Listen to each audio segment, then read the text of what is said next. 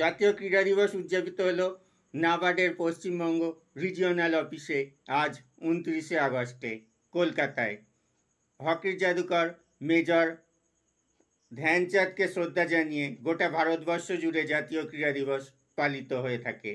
এই স্মরণীয় দিনটিতে দেখা গেল নাবার্ডের কলকাতা অফিসে ক্যারাম, টেবিল টেনিস, দাবা প্রভৃতি খেলতে দেখা গেল এখানকার স্টাফদের। গোটা অনুষ্ঠানটি হয়েছিল স্পোর্টস অ্যান্ড রিক্রিয়েশন ক্লাবের উদ্যোগে। চিরঞ্জীব চ্যাটার্জি, খবর কলকাতা, স্কাই নিউজ ইন্ডিয়া।